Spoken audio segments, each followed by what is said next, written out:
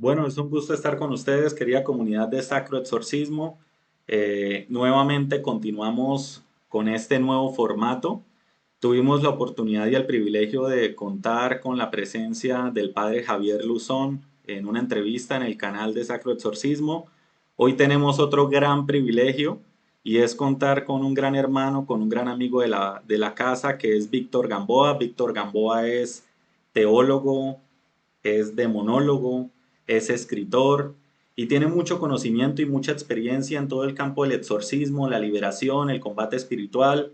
Y la idea es poder estar compartiendo con Víctor un espacio para responder algunas preguntas y algunas inquietudes que nos han expresado algunas personas de la comunidad. Y bueno, Víctor, bienvenido a este espacio, a este canal que siempre tendrá las puertas abiertas para compartir con usted y poder ser edificados. Bueno, yo te agradezco, mi querido Marlon, por la invitación. Es para mí en realidad el honor y el privilegio de poder estar en tu canal, un canal al cual yo también lo sigo, porque hay contenido verdaderamente edificante para la fe y en el campo del exorcismo, de la demonología, ¿no? Agradezco también a todos los hermanos que se están uniendo, que nos están escuchando, que nos van a ver durante también la grabación. Y el objetivo es traer el conocimiento de este tema teológico que es fundamental y a veces muy poco comprendido y estudiado, como lo es la demonología. Así que trataremos de abordarlo desde el campo de la teología, desde el campo de la historia, trataremos de abordar las preguntas desde la manera más, diríamos, académicamente posible. ¿Sí? Y bueno, que sea el Espíritu Santo que fluya en nosotros dos para poder llegar con ustedes. Así es, hermano, muchas gracias. Y como tú lo dices, bueno, hay que hacer la aclaración, ¿no? Cuando hablamos de exorcismo, de liberación, de combate espiritual, la idea no es darle protagonismo al demonio, al diablo, sino la idea, por supuesto, es que siempre sea exaltado el nombre del Señor Jesús. Sin embargo, estos temas suelen ser desconocidos por muchas personas y lastimosamente cuando las personas quieren, ya sea por curiosidad, ya sea porque realmente quieren edificarse en estos temas de la demonología y se van a Google, encuentran mucha información y no saben de pronto contrastar o no saben filtrar qué es sana doctrina, qué es correcto, qué de pronto no es correcto, qué nos ha enseñado la iglesia, qué no nos ha enseñado la iglesia. A veces es complejo porque eh, están los extremos, está el extremo de la fantasía, donde presentan el exorcismo y la liberación como algo súper místico, súper mágico, donde lo mezclan con otras creencias religiosas, principalmente orientales. Y por otro lado, pues está el contenido muy superficial en el que uno queda con el sinsabor de no encontré las respuestas a las inquietudes que tenía. Y para esto es este espacio. La idea también para la comunidad y para el hermano Víctor es a través del canal de Sacro Exorcismo poder estar hablando del combate espiritual, y el combate espiritual se extiende mucho más allá del exorcismo. Entonces, a futuro la idea también es poder estar hablando de la batalla de la fe, poder compartir en el canal con personas que volvieron de nuevo a la fe católica. La idea es poder estar hablando de la batalla cultural, y también hay grandes expositores católicos que defienden la fe desde la parte cultural, en contra del progresismo, en contra del modernismo. Pero bueno, este campo también es importante y gracias a Dios hay personas preparadas como el profesor Víctor Gamboa, que maneja muy bien toda esta parte de lo demoníaco. Y Víctor, antes de empezar a trabajar las preguntas que la comunidad nos ha hecho, me gustaría que usted nos dijera y nos compartiera un poco sobre qué trabajo cumple el demonólogo y qué importancia es para la fe católica y para los laicos. Bien, eh, todos conocemos lo que es un exorcista, yo creo que en eso no hay duda, sin embargo no está de más recalcarlo. Un exorcista es aquel sacerdote, sacerdote católico autorizado por la iglesia, es decir, por su obispo para realizar exorcismos. Este exorcista puede ser ad casum, es decir, que puede realizar un exorcismo muy eventualmente, una vez al año quizás, y luego tenemos el exorcista ministerial. que es aquel al cual se le designa exorcista de la diócesis y que tiene como misión realizar este apostolado de manera permanente. Pero, repito, el exorcista es siempre y será solo siempre un sacerdote católico. Bien. El Perfecto, demonio, entonces aclarando, el profesional Víctor Gamboa es demonólogo, pero no por eso quiere decir que él hace exorcismos, porque también supongo que no faltará la persona que te empezará a buscar en las redes y la idea igual es que al final promociones cómo te pueden encontrar en las redes, pero no faltará la persona que pronto te escriba, necesito un exorcismo, ¿usted cuánto cobra por la liberación? El compañero Víctor Gamboa es demonólogo, pero un laico, como bien lo expresa, no realiza exorcismos, estudia el tema de la demonología bajo la luz de la enseñanza de la Iglesia Católica, la historia, la cultura, pero no realiza exorcismos. exacto. En este caso, yo como demonólogo, ¿qué es lo que soy? Yo soy un teólogo laico. Estudio teología, me gradué, hice una especialidad. Cabe recalcar que en los estudios teológicos universitarios no existe la especialidad de demonología como tal.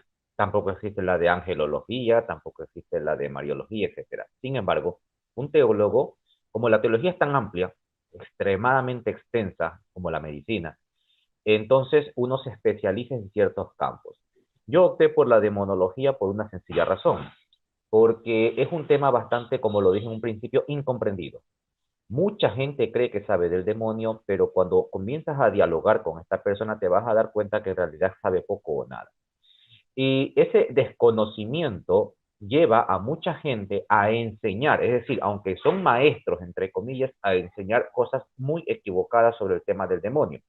Hay una línea muy delgada entre la superstición y lo que corresponde a verdaderamente hablar sobre el demonio y sobre las prácticas que conlleva acerca del exorcismo. Tú hablabas y hablábamos por interno antes de nuestra querida conversación de que tienes pensado hablar acerca de los sacramentales con un muy conocido exorcista. Me parece increíble. ¿Por qué? Porque hay gente que malutiliza los exorcismos y los convierte como elemento de superstición.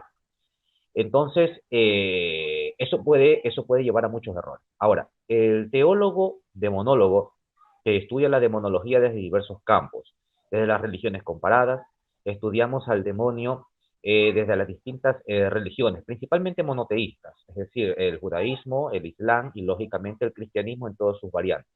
Estudiamos también la demonología en el folclore, en la mitología, y cuando hablo de mitología es mucho más extenso aún. Hablamos de la mitología cananea, de la mitología israelita, hablamos de la mitología sumeria, sumerio-babilónica, de la mitología griega, etcétera. Entonces, tenemos ese conocimiento del demonio mucho más profundo, extremadamente más profundo. Pero eso no nos convierte a nosotros en exorcistas, bajo ningún concepto, los que somos laicos. Entonces, ¿cuál es la función del demonólogo? Discernir, ante todo discernir. Discernir y sirve de ayuda al exorcista para poder analizar los casos. Luego, quien se va a dirigir al demonio y a realizar el exorcismo, lógicamente, es solo el exorcista. Cabe recalcar que no todas las parroquias, de hecho, la gran mayoría de las parroquias no cuentan con un demonólogo como tal, porque sencillamente pocas personas se dedican a este campo en realidad, pocas personas. Eh, pero es un campo verdaderamente interesante. Constantemente se reciben mensajes, llamadas, preguntas, interrogantes, y uno tiene que estar siempre presto a poder ayudar, a servir, con un consejo, con una pastoral catequética. No todo también está basado en la academia, sino también en la pastoral catequética. Entonces, el demonólogo, cabe recalcar, también puede ser un sacerdote. Sí, eso lo convierte en algo mucho más interesante aún. ¿Por qué? Porque si eres demonólogo, es decir, experto en el demonio, pero al mismo tiempo exorcista, un ejemplo de ello es el padre José Antonio Cortea, que hace exorcismo y aparte él lo ha dicho abiertamente, él ante todo es un teólogo, él casi no se autodenomina exorcista, aunque lo es. Él más se autocalifica como un teólogo especialista en el demonio, demonólogo, y tengo entendido que también es especialista en historia de la iglesia. Pero asimismo, por ejemplo, el padre Gabriel Amor, que en paz descanse, él solo fue exorcista. Es decir, la diferencia de conocimiento en cuanto al tema del demonio entre un sacerdote y el otro, aunque sí, nunca es bueno comparar, pero es algo sano, es grande, ¿no? Por ejemplo, otro exorcista que fue demonólogo y que lo estudio mucho, mucho, es el padre Corrado Balduzzi. Sus libros son verdaderamente magistrales, donde incluso él aborda el campo de la parapsicología y aborda el campo de la psiquiatría, todo relacionado al tema demoníaco. Entonces, es mucho más profundo. Y el demonólogo se encarga también de, obviamente, pues, ya que tiene el conocimiento, dar conferencias, escribir, etcétera. Cabe recalcar una cosa. El hecho de que yo sea un demonólogo, es decir, que mi campo sea el demonio, bajo ningún concepto quiero decir que el tema principal o el eje principal de mi estudio teológico es el demonio. No, en absoluto. Todas las ramas teológicas, sin excepción, giran en torno a la cristocentricidad de la teología bíblica. Eso nos enseña la Iglesia Católica, nos enseña el magisterio de la Iglesia Católica. No hay una rama teológica que nos gire en torno a Cristo, todas. Por consiguiente, el personaje principal de la demonología no es el demonio, aunque técnicamente lo estudiamos a él, es Cristo Jesús. Lo mismo en un exorcismo, mucha gente se centra durante el exorcismo en el demonio, y no es así, hay que centrarse en Cristo, porque Él es aquel que va a vencer al demonio durante ese proceso exorcístico. Entonces, el demonólogo, ante todo, es un divulgador de la palabra de Cristo, pero que desenmascaramos al demonio, primero lo estudiamos para luego poder desenmascarar sus artimañas, su forma de actuar, su forma de servirse al mundo, pero también desde el punto de vista académico, cómo se fue formando la idea del demonio, cómo se fue plasmando, cómo se fue revelando, y cómo ha ido actuando hasta el día de hoy y cómo puede seguir actuando mediante la modernidad que nos rodea, en el campo de la música, en el campo del arte, de la tecnología, en todos lados está metido, de forma muy sutil, y hay que saber analizarlo y discernirlo. Para eso son precisamente estas charlas. Entonces, ese es mi campo, mi querido Marlon. Excelente, hermano, excelente lo que acabas de dejar de primicia iniciar este conversatorio. Eh, Hermano, ¿qué tan cierto es, ya que tú estudias todo este tema y estás más adentro en conocimiento, qué tan cierto es lo que nos venden las películas? ¿Cierto es lo que nos venden de la actividad paranormal, del exorcismo, donde camina por la pared la niña poseída, donde el sacerdote queda poseído, los duendes, las brujas? ¿Qué tan cierto es contrastándolo ya pues con la realidad del estudio de la demonología? Ya, mira, hay que recalcar que cuando el demonio actúa, lo hace en virtud de su naturaleza. Si su naturaleza es estrictamente espiritual, entonces todo su accionar tiene que ser sobrenatural. Y cuando hablamos de que el demonio actúa de forma sobrenatural, quiere decir que todo lo que él hace y su entorno para nosotros es algo extraordinario.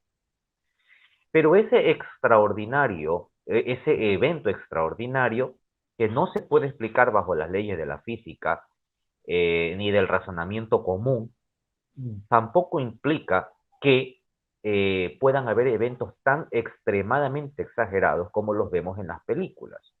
Ahora último salió la película, tú la viste, sobre el exorcista del Papa, que imitaba supuestamente los exorcismos o la vida exorcística del padre Gabriel Amor, que en paz descanse. En realidad, la película dejó mucho que desear. Vamos, de hecho, fue una más del montón de las tantas que han habido en ese tema, porque no reflejó en lo absoluto la santidad de vida del padre Gabriel Amor, no reflejó en lo absoluto el conocimiento bárbaro que tenía, ese conocimiento, no sé, magistral que tenía el padre Gabriel Amor sobre el tema del exorcismo. No reflejó para nada el poder de la iglesia que tiene sobre el exorcismo, porque el exorcismo se da precisamente para poder demostrar el poder de la iglesia. Ese es uno de los pilares por el cual existe o Dios permite que exista el exorcismo. Los voy a enumerar. Dios permite que exista el exorcismo, mejor dicho, Dios permite que exista la posesión y con ello el exorcismo para demostrar primero que Dios es todopoderoso y que tiene poder sobre cualquier criatura, sin importar que sea el mismísimo Satanás, que técnicamente es un ángel creado por Dios, así que todo lo que es creado por Dios está subjugado por Dios y Dios tiene poder sobre todo. Entonces, nos demuestra que Dios tiene el poder y el control de todo. Y sin embargo, mucha gente le tiene más miedo al demonio que en realidad cree que el demonio tiene más poder que Dios. Y eso no es así. Entonces vivimos atemorizados y cualquier cosa, no, es que el demonio me tiene atrapado, el demonio aquí, el demonio acá, y nos olvidamos que en realidad Dios tiene el poder. Y confiamos tanto en el demonio y nos olvidamos del poder de Cristo. Bueno, segundo es que al realizarse el exorcismo, se demuestra que existe el poder de lo sobrenatural. Existe el poder, existe el alma, existe el espíritu, existen los seres espirituales. Si existe el poder de lo sobrenatural y lo espiritual, lógicamente es una demostración de que existe Dios. Y tercero, el poder de la iglesia, como se los había comunicado, ¿no? Entonces, es la iglesia la que tiene autoridad para expulsar demonios, lo dice el Evangelio, lo dice el Evangelio. Ciertamente no es la única que puede realizar exorcismo. Hemos visto en el campo de la experiencia que, por ejemplo, las iglesias que profesan cristianismo pueden expulsar demonios aun cuando no pertenezcan a la iglesia católica. Sin embargo, el hecho que lo puedan hacer no quiere decir que tenga la plena autoridad. Y es ahí el motivo por el cual tienden a fallar, tienden a no poder realizar bien el exorcismo y terminan recurriendo buscando a la iglesia, porque no tienen las armas necesarias para expulsar al demonio. Las armas necesarias para expulsar al demonio primero es la fe en Cristo, que ellos también la tendrían. Digo ellos, me refiero por ejemplo a la iglesia evangélica cristiana, de cualquiera de sus denominaciones. Los testigos de Jehová no, porque ellos literalmente no son cristianos, con todo respeto lo digo. Entonces, eh, tienden ellos, tenemos por ejemplo la fe en Jesucristo, tenemos luego también el ministerio del orden sacerdotal, que solo lo tiene el sacerdote, por ende ya tenemos mayor poder, por así decirlo, autoridad. Y tercero, los sacramentales, que no tienen las otras iglesias cristianas.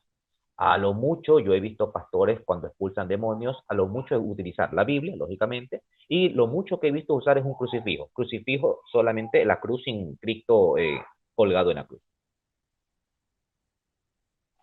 Luego la iglesia utiliza todo tipo de sacramentales coherentemente reafirmados en las escrituras, y así lo ha enseñado la tradición y el magisterio también, como el agua bendita, la sal exorcizada, óleo exorcizado, la Sagrada Biblia, el rosario. El arma fundamental durante un exorcismo, yo lo he catalogado de esta manera, yo creo que los exorcistas no me dejarán mentir, son tres. De sacramentales, la Biblia, el crucifijo y el rosario. Y tiene toda una causa lógica. La Biblia es la palabra de Dios, directa, así que recitarle al demonio un salmo de la Biblia es fundamental. O expulsar al demonio con las mismas palabras que dice Jesús en los evangelios es mucho más eficaz y poderoso, porque son las palabras de su mismísimo Dios, no la palabra de una persona, sino de Dios mismo. El crucifijo por una sencilla razón. Cuando el demonio ve un crucifijo, solo le recuerda una cosa, le recuerda esa derrota vergonzosa que tuvo en la cruz del Calvario. El demonio pensó que había triunfado al tener al Señor colgado en esa cruz. Sin embargo, en realidad lo que sucedió fue todo lo contrario. El Señor salió victorioso, resucitó, nos abrió las puertas del cielo y de esa manera quedó demostrado quién tenía la razón con el pasar del tiempo. Si estos ángeles que se rebelaron de una manera visceral, sin ningún motivo, o Dios que siempre llamó a la conversión, lo llamó a la conversión.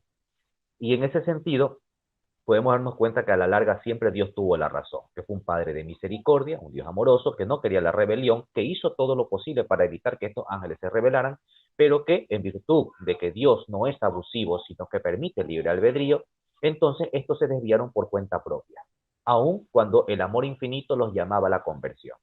Entonces, el demonio al ver a Cristo crucificado solo le recuerda una derrota permanente, permanente. Entonces, eso le causa mucho dolor y sufrimiento.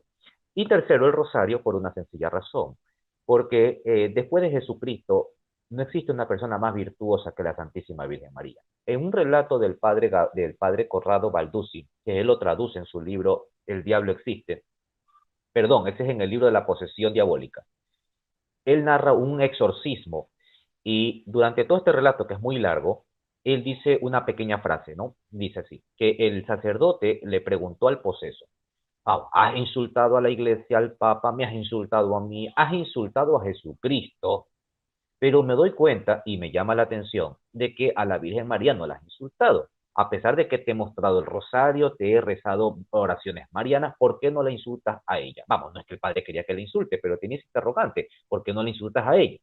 Entonces la respuesta del demonio fue importantísima, que le dijo así: porque la marioneta que cuelga de la cruz no me lo permite. Entonces vemos como hasta el último momento el demonio sigue insultando a Cristo. La marioneta que cuelga de la cruz no quiere decir mi Señor, Dios, Jesucristo, no, la marioneta esa que cuelga de la cruz lo está insultando, pero no me lo permite. Es decir, y es sentido común, Si tú, Marlon, y yo, que somos simples seres humanos mortales, jamás vamos a permitir, jamás que insulten a nuestra madre, cuánto más Dios que es perfecto y que tiene todo el poder. Entonces, el Señor silencia y puede silenciar fácilmente, sin ningún tipo de objeción al demonio, para que atente la más mínima palabra contra la pureza de su madre. Entonces, es ahí que yo me pregunto y digo, y me da pena al mismo tiempo, ¿qué pasará con aquellos hermanos no católicos que blasfeman, insultan a nuestra Madre Santísima? Yo la verdad que no me atrevo ni siquiera a pensarlo porque me da escalofríos. Si el mismísimo Satanás, con todo su poder, imaginémonos el poder que tiene Satanás en virtud de su naturaleza angelical, perdón, de su naturaleza espiritual. ¿Cuánto más un simple mortal? ¿Cómo está acarreando su vida? ¿Qué pecado más grande y mortal se está llevando cuando insulta a nuestra madre? Entonces no lo tienen, no conocen estos relatos. Si lo conocieran, seguramente no lo volverían a hacer, tendrían miedo.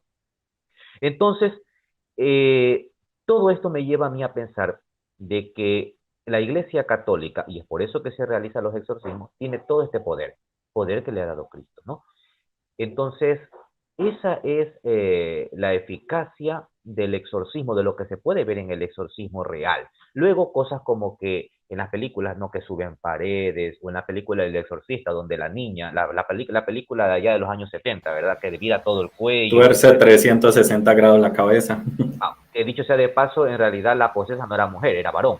Y el cuello lo vira prácticamente todo. Eso no sucede. Lógicamente, las levitaciones sí existen.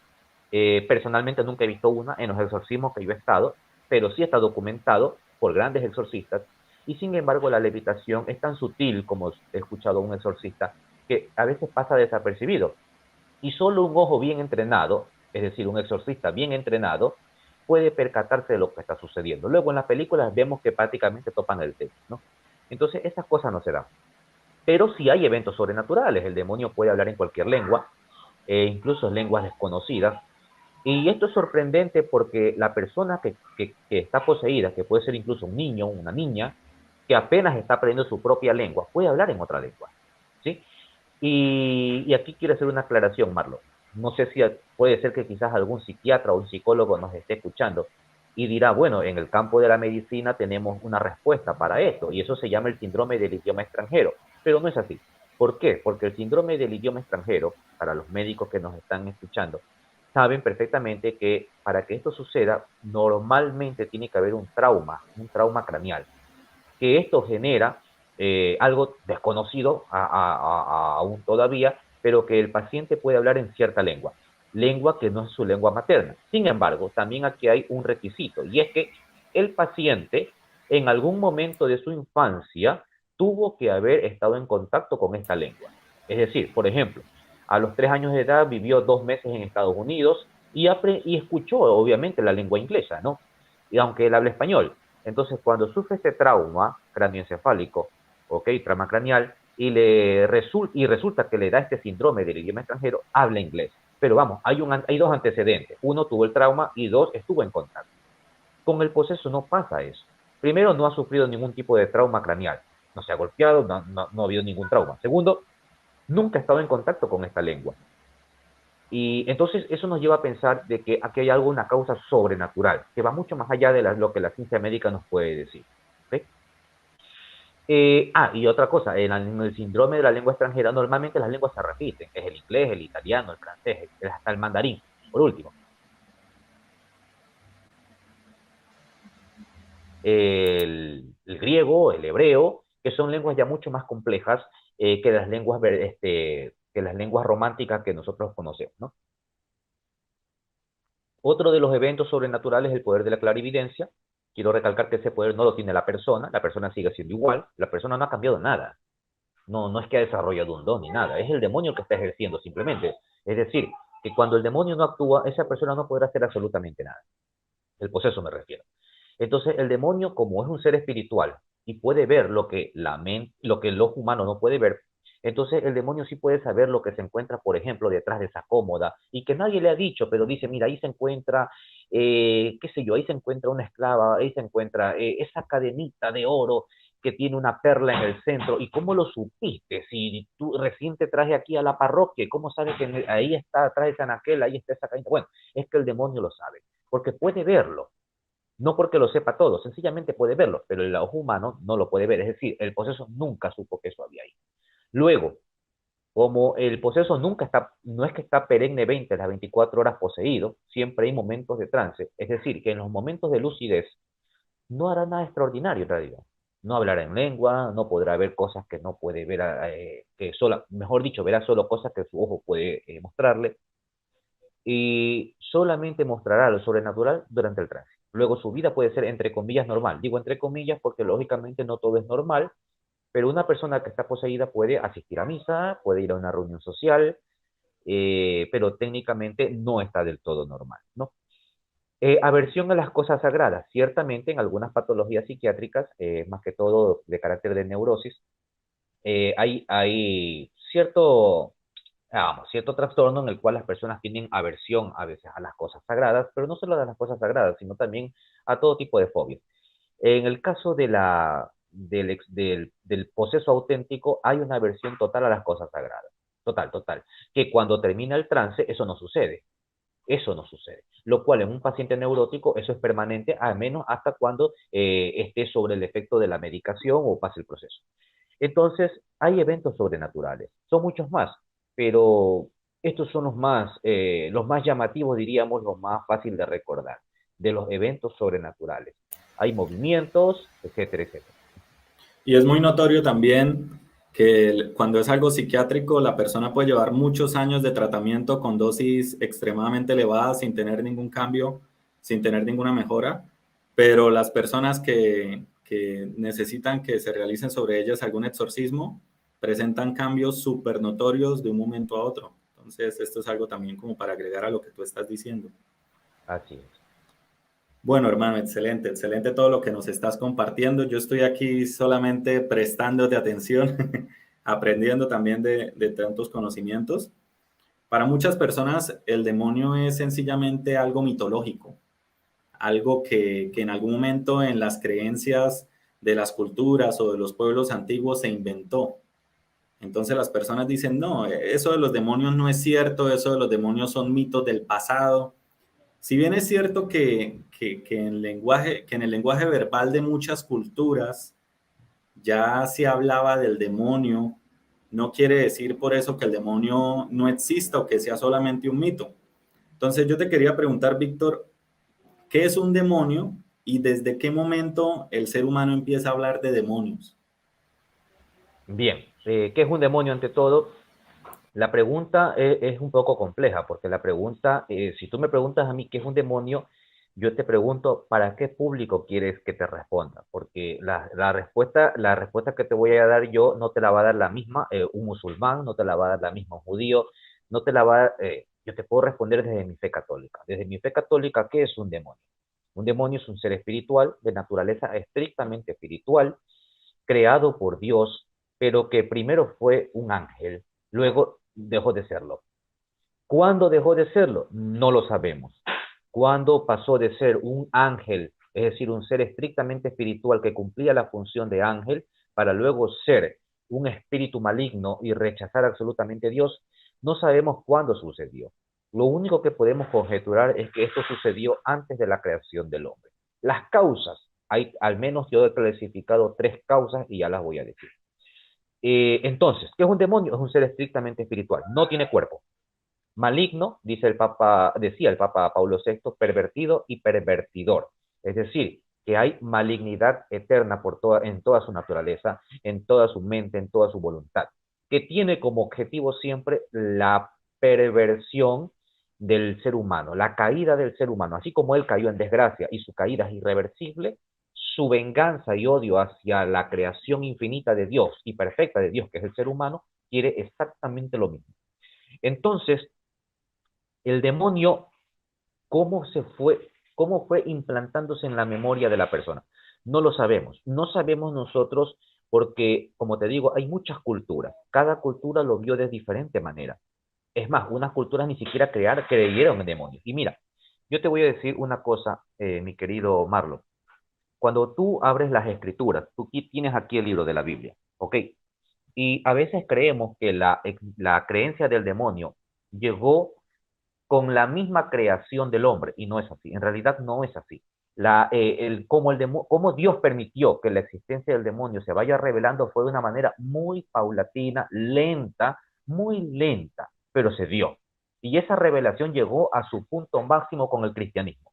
¿Por qué fue tan lento? E incluso, ¿por qué en algunas partes de la Biblia pasa totalmente desapercibido? Porque recuerda tú que el pueblo de Israel siempre fue politeísta. Eso es algo quizá novedoso para algunos. Siempre hemos pensado que el pueblo judío fue estrictamente monoteísta. Técnicamente lo es ahora, pero en un principio no lo era. Y de eso tenemos amplios vestigios en las escrituras, de que eran extremadamente politeístas. Entonces, como ese politeísmo le llevaba a creer y a adorar varios dioses, la existencia de Satanás en el Antiguo Testamento podía o podría fácilmente implicar en que este personaje podría ser una divinidad más y los israelitas terminarían adorándolo. Es por eso que la existencia de Satanás en el Antiguo Testamento está prácticamente velada por completo, prácticamente velada.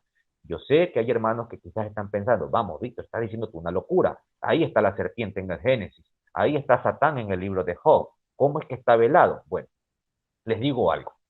Cuando hablamos del texto del Génesis y hablamos del texto de Job, todavía no estaba implantada la creencia del demonio en el texto bíblico. Yo sé que es algo novedoso. ¿Por qué? Por la razón que ya les dije. Ahora, ¿cómo se fue dando esto? Mira, primero existió la tradición oral. Al igual que en el Nuevo Testamento, siempre fue la tradición oral. La tradición oral del Pentateuco o de la Torá surge en torno al siglo 8, 7 y 6 antes de Cristo. Teníamos solo tradición oral. ¿Ok? En esa tradición oral existía la creencia amplia de que los ángeles que Dios creó hacían el bien y el mal, pero eran ángeles y seguían estando en armonía con Dios. ¿Ok? Es por eso que tú vas a ver en la Biblia expresión del ángel de Yahvé y que este ángel puede hacer incluso un acto malo. Pero ese acto malo, entiéndase, bajo ningún concepto es un acto de crueldad, de maldad, de perversidad, sino que cuando hablo de un ángel que puede hacer algo malo, entre comillas, en realidad es un ángel que se opone, que se obstaculiza para evitar algo, aun cuando eso puede ser un algo bueno. Te pongo un ejemplo, mira, una madre tiene un hijo que es delincuente, que es ladrón, ¿ok? Sabe que su hijo va a salir a delinquir y la madre se pone en la puerta de la casa para obstaculizar que su hijo salga. Es decir, la madre está actuando como un obstáculo, pero para evitar que su hijo haga algo malo. Ok, así actuaban los ángeles. Podían obstaculizar una actuación de una persona y no necesariamente eran algo perverso. Solo que para la cosmovisión de esa persona, pues lo tomaba como algo malo. Sí, aunque ellos estaban totalmente acostumbrados a esto. Mira, en el libro de Números 22-22, ustedes lo pueden revisar. Un ángel de Yahvé, un ángel bueno, se obstaculiza. La palabra obstaculizar en el hebreo, recuerden ustedes que el Antiguo Testamento se escribe en hebreo, se traduce como Satán. Satán es una palabra hebreo-aramea que significa el fiscal que pone sospechas o el que obstaculiza, el que se opone, el que interfiere, el que aborta. Eso significa Satán. Entonces dice el número 22-22 que un ángel de Yahvé actuó como un Satán para evitar que Balaam maldiga al pueblo de Israel. Lo que pasa es que en la tradición española, cuando vemos la palabra Satán, se nos viene inmediatamente a la cabeza el Satanás. Entonces ahí caemos en el error. Pero no, la palabra Satán tiene dos implicaciones en el contexto bíblico. O sirve simplemente como obstáculo o es el nombre propio del demonio. Pero en el Antiguo Testamento todavía no es el nombre propio del demonio. Ya les voy a explicar cuándo. E incluso en el Nuevo Testamento te puedo poner un ejemplo. Cuando Pedro se pone o se coloca como un Satán para evitar que Jesús caiga en la cruz y sea crucificado. ¿Qué le dice el Señor? O sea, Apártate de apártate de aquí, mí, Satanás. Satanás. ¿Por qué? Entonces, la gente me ha preguntado, ¿qué quiere decir que Pedro estaba poseído, que era el diablo? Nada de esas cosas. Sencillamente el texto griego, Satanás, significa obstaculizar. Pedro estaba obstaculizando, no malintencionadamente, sino más bien por amor, pero lamentablemente era algo que estaba impidiendo. Entonces está obstaculizando para que el Señor vaya al camino del martirio en la cruz. ¿Ok? Otro ejemplo, y con este para Interesante no, eso que dices. Yo creo que para muchos es la primera vez que interpretan ese texto de la manera como tú lo estás planteando. otro texto del Nuevo Testamento, para no aburrirlos más, hay más. Cuando Jesús está con los 12 apóstoles, está Judas. Y recuerda que dice el texto de Juan que se metió en Judas Satanás, dice. Y se le metió Satanás cuando tocó el bocado de la Eucaristía, del pan. Ok. Entonces Jesús da una respuesta que le dice a Judas, le dice, lo que tienes que hacer, ve y hazlo pronto. Ok, me preguntan, ¿Judas quedó poseído? No, no quedó poseído. Judas tomó la decisión firme de actuar como un satán, es decir, a partir de ahora yo ya me opongo a Dios, ya no estoy en el bando de Dios, voy a tratar de acabar con la obra redentora de mi maestro, de Cristo. Y por eso Jesús le dice, como ya lo sabe todo, el Señor es omnisciente, le dice, lo que tienes que hacer, hazlo ya. Entonces, el texto, la palabra Satanás, tiene dos significados en el Nuevo Testamento. ¿Ok? Con esos dos yo creo que está totalmente claro. Pero en el Antiguo Testamento es un poquito más complejo. ¿Por qué? Porque, como repito, estos ángeles podían hacer el bien o el mal. En el libro de Job, cuando uno lee el texto de Job, aquí tengo, por ejemplo, la Biblia de Jerusalén, que es la mejor que pueda haber para nosotros los católicos. Mira, en el libro de Job dice el texto así. Job capítulo 1, versículo 6. Un día en que los hijos de Dios fueron a presentarse ante Yahvé, apareció también entre ellos el Satán. Y dijo entonces Yahvé al Satán, ¿dónde vienes? Y Satán le respondió, perdón, el Satán respondió, hago énfasis con estas palabras, el Satán, el Satán respondió, de dar vueltas por la tierra y pasearme por ella. Entonces Yahvé replicó al Satán, ¿te has fijado en mi siervo Job? No hay nadie como él en la tierra. Bueno, etcétera, etcétera. Yo me puse una vez a preguntar, primero, aquí están los hijos de Dios, que son los ángeles. ¿Cómo es posible que si el diablo ya está condenado, qué significa la condenación eterna? Que no puedes ver a Dios. Eso es el infierno, la condenación eterna. Y en la condenación eterna tú no puedes volver a ver a Dios. Ya estás encasillado por la eternidad. Pero ¿cómo Satanás puede volver a ver a Dios? Puede dialogar con Dios. Segundo, ¿cómo puede tentarle a Dios? Porque prácticamente le está tentando, le está diciendo, quítale todo lo que tienes y vas a ver cómo te maldice en tu cara. Entonces es como que un Dios cae ante la tentación de Satanás, del demonio. Y tercero, es como que si entre Dios y Satanás hay un juego de apuestas para ver quién gana y la pobre víctima tan inocente es Job, que no tiene nada que ver, o sea, es una pobre víctima que es víctima de dos personas que están jugando un juego de apuestas. Entonces, cuando leí el texto y analicé estas tres preguntas, yo dije, algo no está bien en el texto. En primer lugar, Dios, Satanás no puede ver a Dios porque Satanás está literalmente condenado. Segundo, no puede dialogar con Dios. Tercero, a Dios nadie lo tienta porque Él es todopoderoso. Y cuarto, Dios no se presta para este tipo de cosas y después de eso tratar de, vamos, hacer sufrir a un simple ser humano que no tiene nada de culpa, más aún cuando este es un siervo de Dios. Ok, entonces, ¿qué es lo que pasa aquí? El libro de Job, cuando se escribe el libro de Job, todavía en la mente del escritor sagrado y en la mente del lector al quien va dirigido este texto, la existencia del demonio no existía. No existía todavía. ¿Sí? Entonces, ¿qué es lo que sí creían? Lo que ya les dije, un ángel que hace el bien y que hace el mal.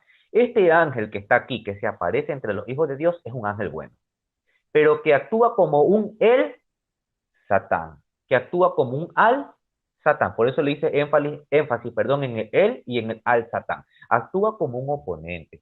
Este ángel lo único que quiere demostrarle a Dios es que Job no es varón íntegro. Es que Job no es tan bueno como aparenta. Que Job es quizás un hipócrita. Eso es todo lo que quiere demostrar. Pero no es el diablo todavía. ¿Ok? Por si acaso, si creen que estoy diciendo algún tipo de herejía o algo que, porque sé que estamos acostumbrados a creer que este era el diablo como tal. Si no me creen, en el libro en la Biblia, Jerusalén, en la parte de abajo, a veces no leemos la parte de abajo, nos la saltamos. Y aquí está la parte fundamental también para entender los textos bíblicos. Aquí dice clarito que la existencia del demonio empezó a ser creída en el pueblo de Israel a partir de las cartas de los crónicas. Y Job se escribió mucho antes que la carta de los crónicas. No lo digo yo, lo dice la Biblia de Jerusalén, por si acaso. Entonces, la historia también nos lo corrobora. ¿Por qué? Porque la historia nos dice que la existencia del demonio entra en la fe de Israel con la llegada de los griegos. Los griegos creían en demonios, pero creían que estos demonios eran divinidades. Los judíos sabían que no eran divinidades, porque solo hay un único Dios y ese es Yahvé. Entonces los judíos se plantearon y dijeron, bueno, si no son divinidades, tienen que ser seres creados. Pero Dios no crea nada defectuoso, Dios todo lo crea perfecto. Entonces estos tuvieron que haber sido buenos. Ah, estos son los ángeles, que pasaron a ser demonios. Pero, ¿cómo se dio ese cambio? Eso es lo que vamos a analizar. Entonces, queda claro que en el texto de Job todavía no se habla del Satanás. Se habla de un ángel que puede hacer el mal, actuar el mal, pero es un ángel. En el texto del Génesis pasa lo mismo. Eh, sí, yo sé que es algo nuevo quizás para muchos, pero pasa lo mismo. ¿Cuándo se escribe el texto del Génesis? Me refiero ya a la compilación, porque recuerda Marlon y a amables oyentes que yo les dije que la tradición oral existía del siglo octavo, séptimo, sexto, pero la compilación se dio en torno al siglo quinto, año 400 más o menos. Y en el año 400 todavía los israelitas, los judíos, perdón, no creían en la existencia del demonio. Todavía no había llegado la invasión griega. ¿Ok?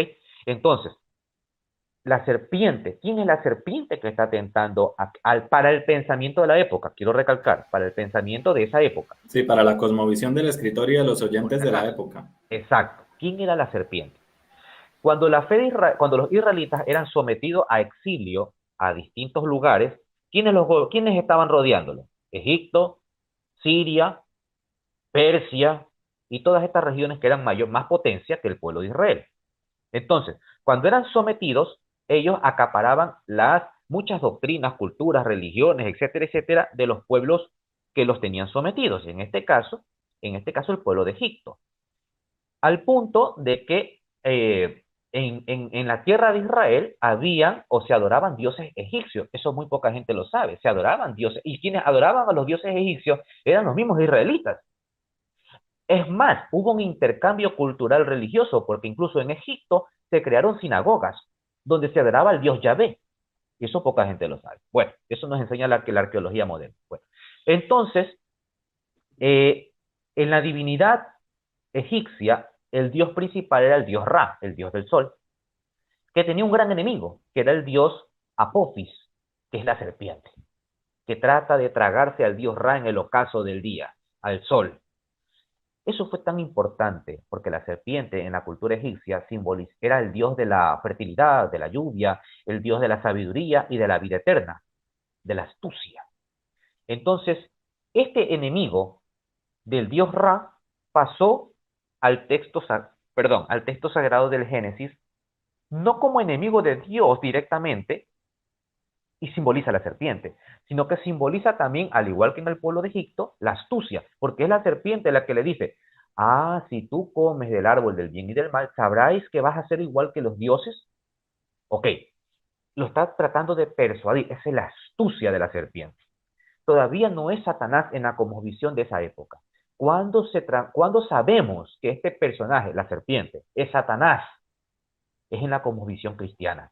El texto del Apocalipsis nos dice que esa serpiente antigua, el gran dragón, era Satanás el diablo. Entonces, por eso yo siempre digo, cuando a mí me preguntan, Víctor, ¿quién es la serpiente? A ver, depende. Si ¿quieres que te responda como un israelita de esa época o quieres que te responda como un cristiano católico? ¿Por qué? Porque, como les repito, la enseñanza del demonio fue paulatina, fue poco a poco. No todo el mundo creyó desde un principio lo que hoy nosotros se nos fue revelado mediante el Espíritu Santo. Es diferente. Y hago énfasis para que no vayan a decir, Víctor está cambiando todo, está diciendo un montón de herejías. No, no. Por eso yo les dije, estamos No, tratando de la parte sencillamente académica. estamos viendo la evolución del término y la Correcto. evolución de la cosmovisión y de los lenguajes verbales, que según el lenguaje y la cultura de cada época lo interpretó de una manera y ya después, en el Nuevo Testamento, se nos fue Se dando una dio la mejor revelación. comprensión y una mejor revelación sobre quién era esa figura de la serpiente, quién era el acusador del que se habla en Job y así sucesivamente. Correcto. Eso es lo que hace un demonólogo, analizar el demonio de la parte académica, ¿ok? Por eso yo le decía que un demonólogo estudia con mayor profundidad el tema del demonio. No quiere decir que lo sepamos todo, lógicamente. Siempre tenemos que seguir estudiando, pero ciertamente estudiamos al demonio ya un paso más allá, ¿ok? Bien. Entonces, con la llegada de los griegos y con ello la llegada del demonio también a la fe de Israel, como les digo, se planteó la pregunta, bueno, ya, perfecto, ellos fueron los antiguos ángeles, pero ¿cómo se transformaron en demonios? Cuando digo transformar, entiéndase, no cambiaron de aspecto, siguieron siendo iguales, porque no tienen aspecto, los espíritus no tienen aspecto, son puramente espíritus, pero sí cambiaron su voluntad, ya no van a seguir a Dios, ya no van a ser mensajeros de Dios, es decir, ángeles, sino que ahora van a ser emisarios del mal. Entonces, la primera idea que se les vino a los israelitas en su tiempo fue la siguiente. Y nos vamos al libro del Génesis, capítulo 6, versículo del 1 al 4. Aquí ellos encontraron la primera respuesta para poder entender cómo se dio la caída de los ángeles. ¿Por qué pecaron? Aquí está la respuesta. Eso es lo que dieron ellos. Cuando la humanidad comenzó a multiplicarse sobre la faz de la tierra y les nacieron las hijas, vieron los hijos de Dios. El término hijos de Dios en el Antiguo Testamento evoca a los ángeles, por si acaso, ¿ok? Vieron los hijos de Dios que las hijas de los hombres, las mujeres, eran atractivas y tomaron por mujeres a las que prefirieron entre todas de ellas. Entonces Yahvé dijo, no permanecerá para siempre mi espíritu en el hombre porque no es más que carne. Que sus días sean 120 años. Los Nefilim aparecieron en la tierra por aquel entonces. Ok, bien. Ustedes pueden seguir leyendo el texto. Nefilim, en algunas traducciones se traduce también como los gigantes, también se traduce como los antiguos, etcétera. Pero en fin, no eran otra cosa más que una creencia en la que supuestamente los ángeles tuvieron relaciones sexuales con las simples mujeres mortales. Y producto de ello nacieron estos híbridos gigantes, hombres gigantes de la historia, ¿ok? Cabe recalcar que esta creencia de gigantes no es exclusiva de la fe de Israel, en otras culturas también lo hay. Cuando existe, y esto quiero recalcar una cosa, cuando hablamos de mito, bajo ningún concepto podemos pensar que un mito es algo inventado sin ningún tipo de razonamiento, algo infundado, no, al contrario, un mito parte de una base histórica, de una base cultural, así que un mito no es algo que es a lo loco, no, al contrario, tiene un trasfondo social, cultural, una base que es real. Bueno, entonces, estos gigantes fueron producto del pecado de la relación antinatural entre un ser espiritual y un ser humano. Técnicamente, biológicamente eso es imposible, teológicamente es imposible, pero ese es el relato. Y eso lo entendieron los israelitas de su tiempo. Y dijeron, esta es la caída, porque estos ángeles abandonaron su morada espiritual para meterse con las hijas de los hombres. Y producto de esto viene el diluvio, la primera caída. Pero los israelitas luego pensaron y dijeron, esta versión de la caída de los ángeles quizás no es la mejor correcta. ¿Por qué? Porque como que no encaja el hecho de que un ser espiritual tenga relaciones con mujeres. Los hace muy carnales a estos seres que son puro espíritu y que en teoría son más inteligentes que nosotros. Así que tenemos que buscar otra respuesta. Y esa otra respuesta fue lo que yo le llamo el pecado de la envidia. ¿En qué consiste el pecado de la envidia? Luego desecharon esta, vamos, no la desecharon por completo, simplemente la dejaron a un lado y buscaron otra. Y dijeron, la envidia, ¿por qué? Porque cuando Dios dice, hagamos al hombre a nuestra imagen y semejanza, ¿ok? Los ángeles, cuando fueron creados por Dios, no existe esta palabra. Es decir, los ángeles fueron creados como simples eh, agentes, emisarios de Dios, que tienen básicamente tres funciones: adorar a Dios, servir de mensajeros y cuidar al hombre. Pero en dignidad eran inferiores a nosotros, porque nosotros sí somos hijos de Dios, creados a su imagen y semejanza. Dicho de otro modo, en naturaleza son superiores a nosotros, pero en dignidad nosotros somos superiores a ellos. Entonces dijeron, nosotros no vamos a servir al hombre, no vamos a adorar al hombre, nosotros no vamos a ser sojuzgados por el hombre porque tiene más dignidad que nosotros. Tanto así que en el Islam, mi querido Marlon, la tradición del Islam dice que cuando Dios crea a Adán y a Eva, un espíritu, un espíritu maligno llamado Iblis, que es más o menos el Satanás bíblico, no, dijo él, yo no voy a adorar al hombre, o sea, no voy a adorar a Dios en la figura del hombre. Y por eso se rebeló. Era el ser más espiritual, más poderoso, puro, impecable, inteligente, casi parecido al relato bíblico que tenemos nosotros. Muy parecido. Eso está en el Corán. Entonces, dijeron, aquí está la caída, el pecado de la envidia hacia el ser humano. Y Satanás se rebeló y dijo, no, yo no le voy a servir al hombre, porque es inferior a mí en cuanto a naturaleza. No me importa que sea, inferior, que sea superior a mí en cuanto a la gracia, pero es inferior a mí en naturaleza y no le voy a servir. Y se rebeló. Pero esto traía un problema, que la culpa de la caída del demonio era por el hombre, es decir, el hombre era la manzana de la discordia. Y los israelitas dijeron, no, tiene que ser al revés. Es el hombre que cae por culpa del demonio, no al revés. Entonces tiene que haber aquí un cambio. Esta no puede quedar. Y buscaron la tercera y última respuesta, que es el texto más conocido por todos ustedes, que es el texto de Isaías. Isaías, bueno, yo ahorita por el tiempo no lo voy a buscar, ustedes lo conocen. Isaías capítulo 14, versículo 12, que unido al texto de Ezequiel 28 forman lo que nosotros llamamos el cántico de Isaías y Ezequiel. Dice el versículo 12 del capítulo 14 de Isaías: ¿Cómo has caído de los cielos, lucero hijo de la aurora? Has sido abatido a la tierra, dominador de naciones, etcétera, etcétera. Y luego Ezequiel agregará que este personaje que ha sido caído de los cielos era un querubín protector, que caminaba sobre piedras preciosas, hasta que se halló en ella o en él maldad e iniquidad. Bien, estos dos pasajes bíblicos los unió un judío, un rabino, un fariseo, llamado Simón ben Chetá, en el 24 de junio del año 83, en un Sanedrín que duró más de 8 horas. Se llevó a cabo toda esta discusión. Y este rabino, muy influyente, por cierto, familia de rabinos y rabinos, sacerdotes, etcétera, él dijo, en este cántico, que de manera explícita, recuerdan ustedes que los textos bíblicos tienen la forma interpretativa explícita e implícita. En forma explícita, el texto habla de un simple rey, Tirobaal, pero en forma implícita, aquí el Señor nos revela la existencia de la caída de Satanás. Y dice, este es Satanás. Y fue tan importante la enseñanza de este rabino que caló por toda la fe del pueblo de Israel y se quedaron solo con esta tradición. Y dijeron, aquí está la caída. Bien, pasó el periodo intertestamentario, vino el Nuevo Testamento. Cuando se escribe el Nuevo Testamento, ¿cuál es la versión que el Nuevo Testamento recoge sobre la caída de los ángeles? Bueno, sorprendentemente no es la versión más aceptada por el pueblo de Israel, la versión del Cántico de Isaías. Tampoco es la versión de la envidia.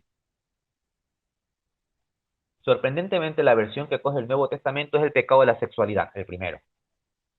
Tanto así que lo habla la carta de Judas, que es la única carta que no tiene capítulos, y también una epístola petrina. Vamos, el texto bíblico no me lo acuerdo ahora de memoria, pero está creo que está en la segunda carta de Pedro, no recuerdo el capítulo. Pero ambos textos hablan de que Dios castigó al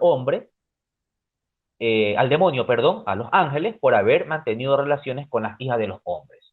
Entonces, el Nuevo Testamento respalda como caída de los ángeles la primera versión, pero la fe de Israel tomó la tercera. ¿Cuál versión tomó la iglesia? La iglesia sabiamente tomó las tres. La iglesia es muy sabia, por eso está guiada por el Espíritu Santo. Tomó las tres. Así que cualquier católico puede tomar cualquiera de las tres. No es dogma de fe. Usted puede tomar la primera, la segunda o la tercera. Sin embargo, la tercera fue o caló más importancia porque fue la versión a la que más importancia le dio San Jerónimo cuando tradujo el texto de la Vulgata Latina. Entonces, él le da más importancia a la tercera versión y es por eso que esta tercera es la que ha perdurado más hasta nuestros días. Tanto así que producto de esta tercera versión surgió algo que ahí sí considero yo es un error y lo voy a decir. Que basándonos en el texto de Isaías, donde se dice, ¿cómo has caído de los cielos, lucero, hijo de la aurora? Este término lucero, mi querido Marlon, si tú lo traduces al latín, es Lucifer. ¿Ok? También se lo traduce como estrella de la mañana. ¿Ok? Entonces, en virtud de este texto, se enseñó y se enseña que el nombre de Satanás era Lucero o Lucifer. ¿Ok? Sin embargo, si nosotros leemos las escrituras, las veces que aparece la palabra lucero, que traducido al latín es Lucifer, vamos a darnos cuenta que jamás evoca al diablo. Fuera del texto interpretativo que está aquí, que como lo repito, lo tradujo un rabino fariseo. Entonces, el texto más común que yo utilizo para demostrar mi argumentación es el texto del Apocalipsis, capítulo 22, versículo 16, que dice lo siguiente. Abro comillas. Yo, Jesús, he enviado a mi ángel para explicar todo lo referente a las iglesias. Atentos. Yo soy el retoño y el descendiente de David. Yo soy el lucero radiante del alba. Cierro comillas.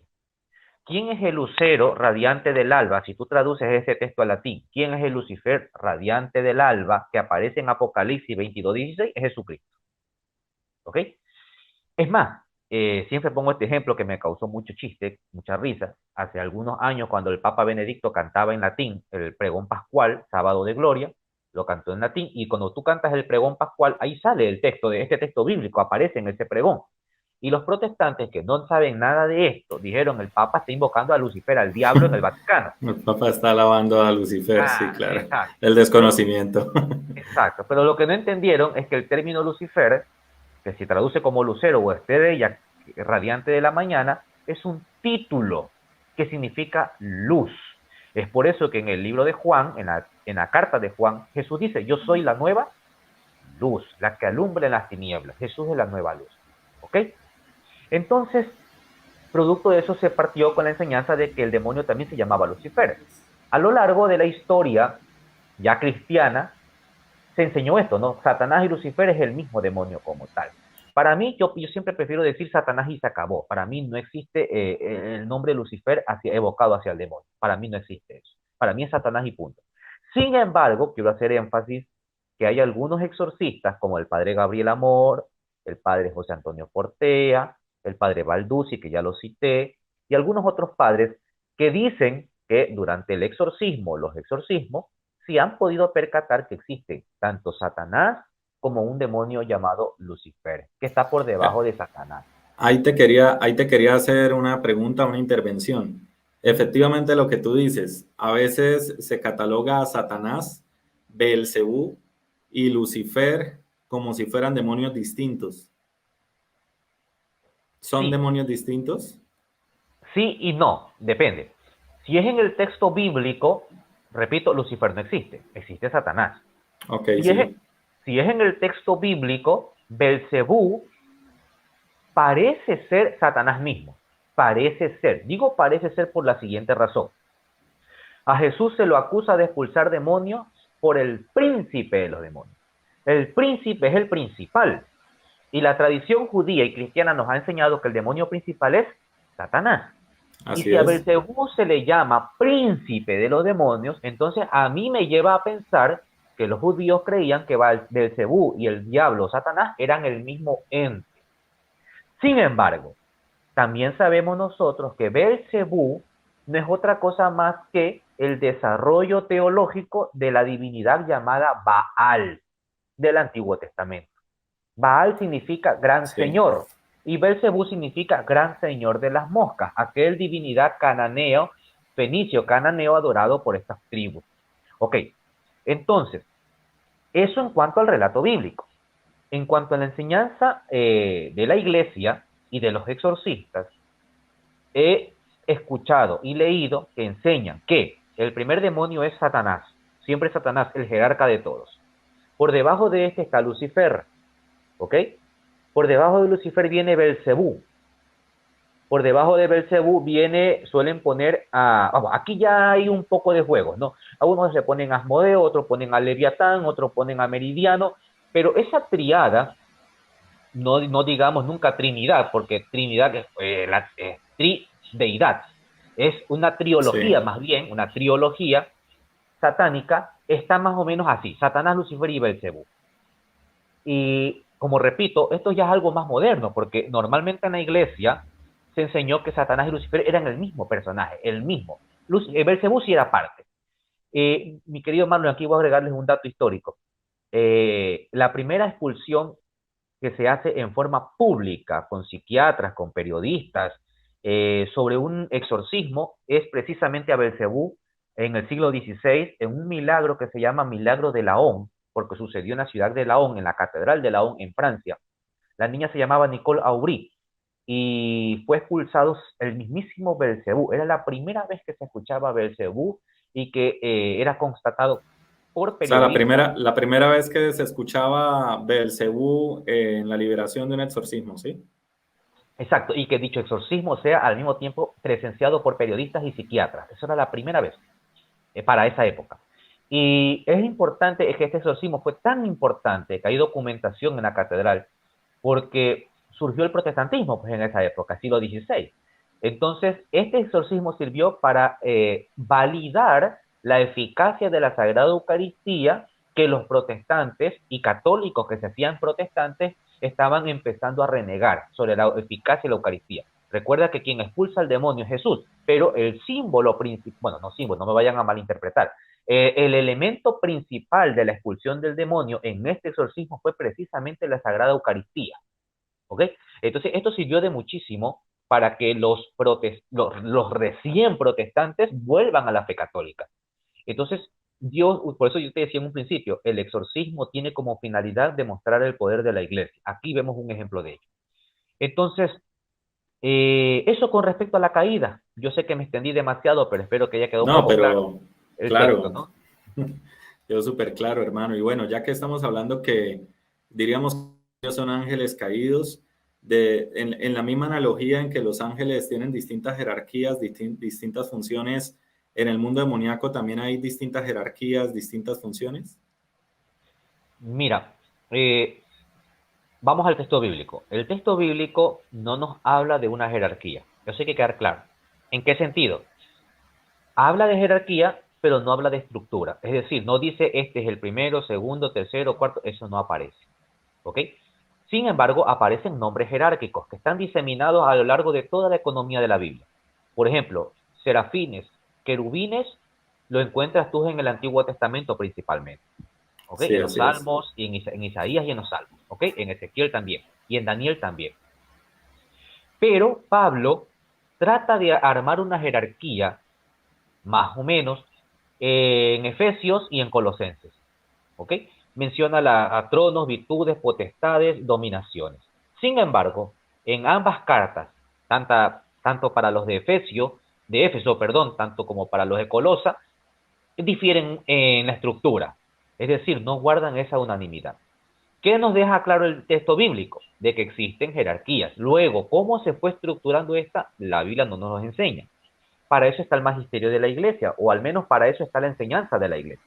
En el siglo IV, un monje católico se encarga de hacer esto. ¿Ok?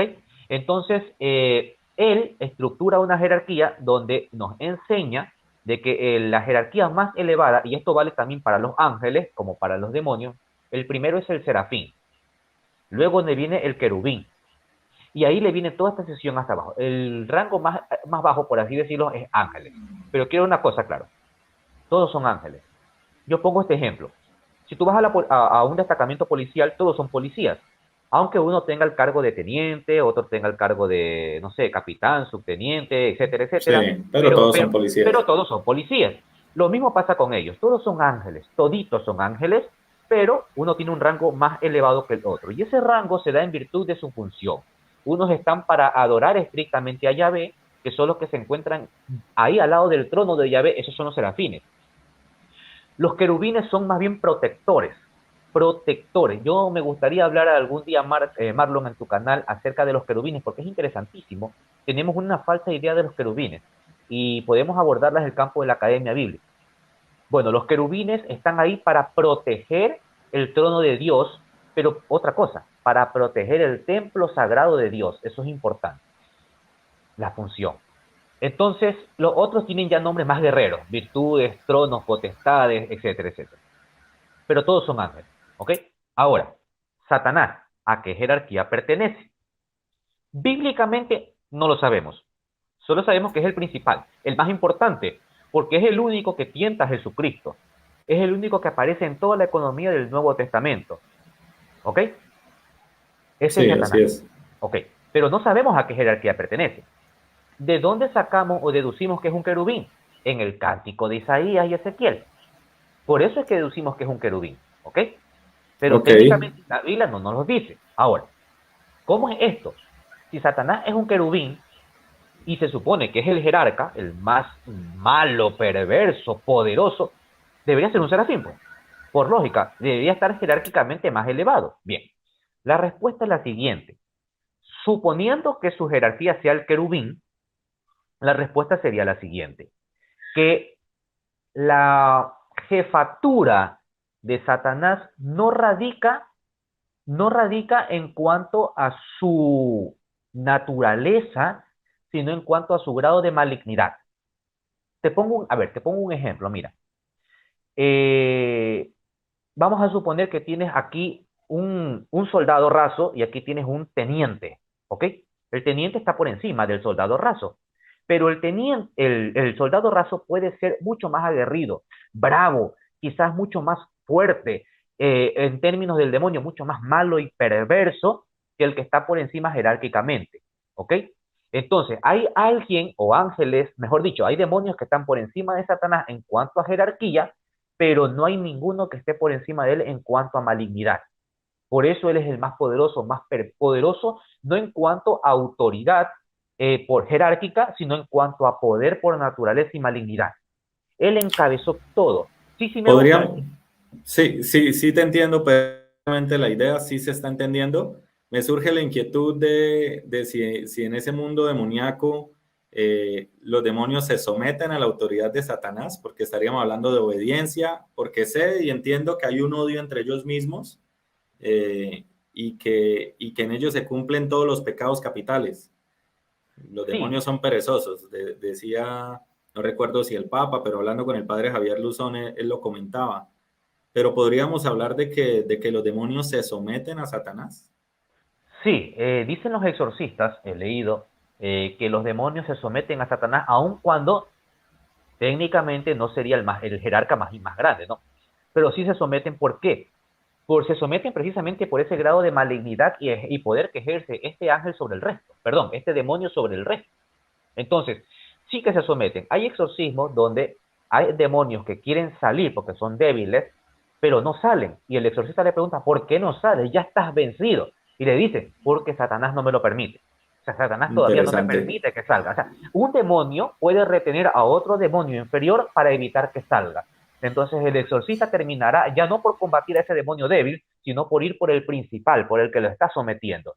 Entonces ya vemos que en un proceso pueden haber no solo un demonio, dos demonios, tres demonios, cuatro demonios, etcétera, etcétera, e incluso de diferente jerarquía. Eso nos enseña la práctica de los exorcismos. Por eso es importante leer a los exorcistas. Bien, entonces, para que me entiendan y finalizar esta pregunta, el tema de la malignidad de Satanás lo voy a poner a la inversa, es decir, en cuanto a la gracia, para que me entiendan. Tú tienes una monjita aquí, perdón, tú tienes una ancianita que apenas sabe leer y escribir.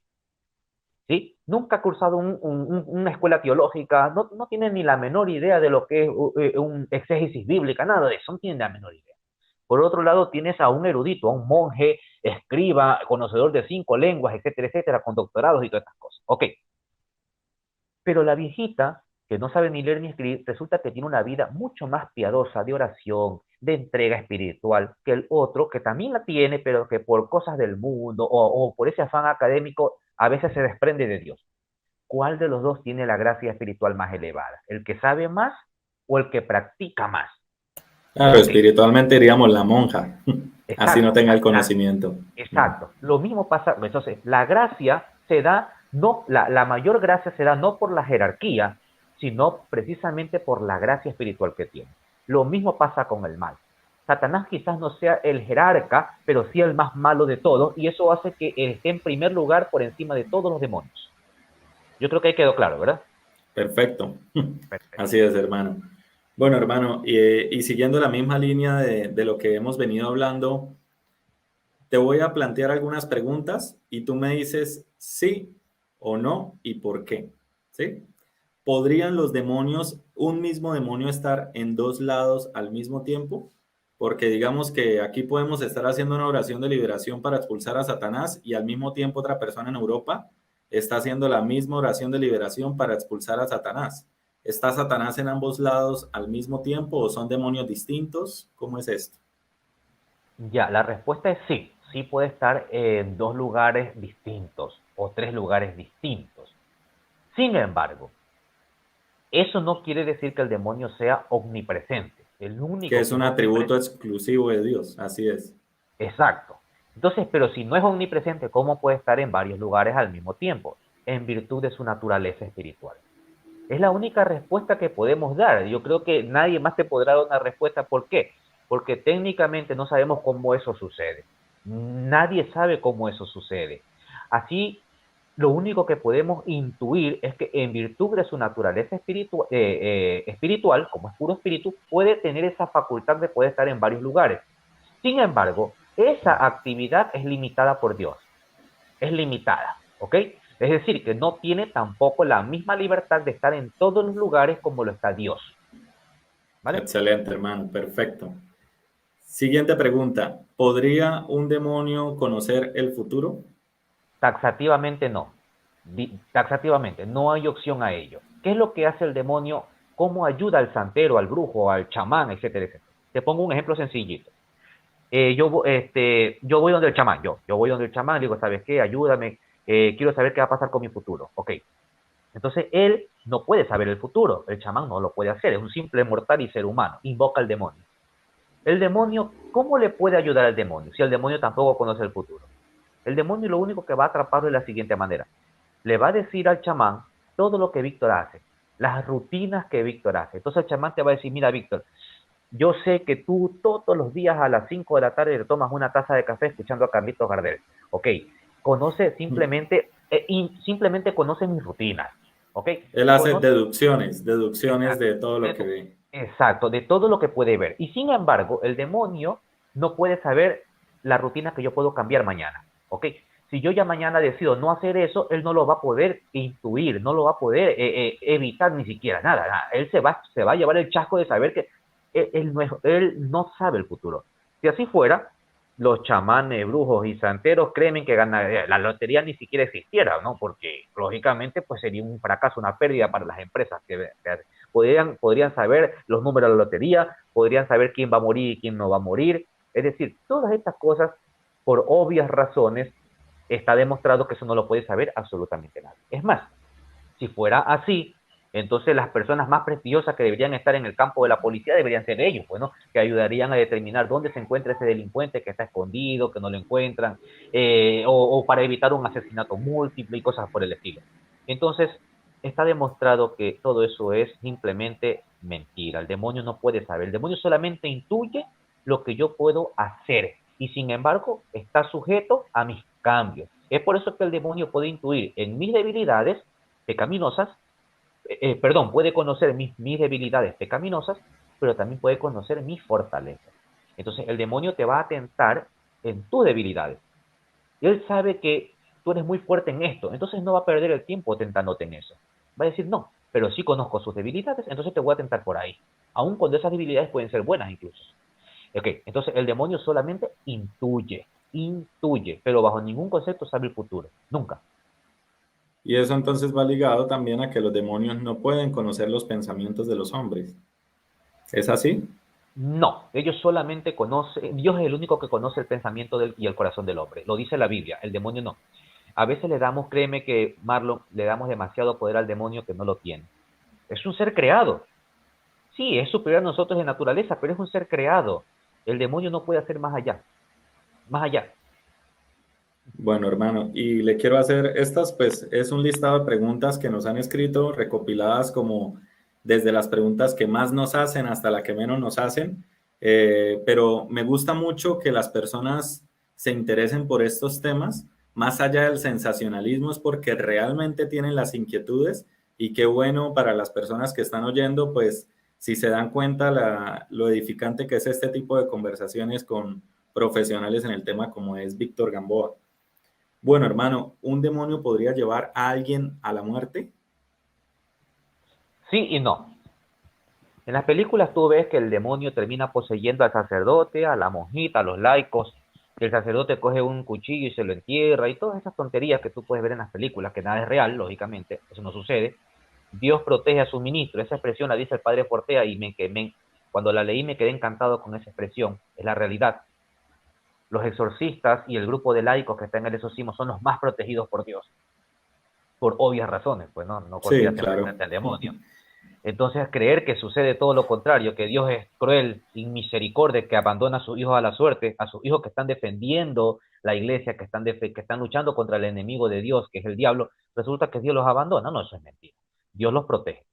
Entonces, el demonio no puede matar a nadie, pero lo que sí puede hacer el demonio es que mediante el asedio, mediante la tentación fuerte, inducir a la persona a que se suicide, por ejemplo, o que cometa un acto de homicidio. Casos de depresión mayor donde la Exacto, persona termina pensando es no sirvo para nada, no hay solución, se quita la vida. A eso te refieres, ¿sí? correcto. A eso me refiero, o cometer un acto de homicidio.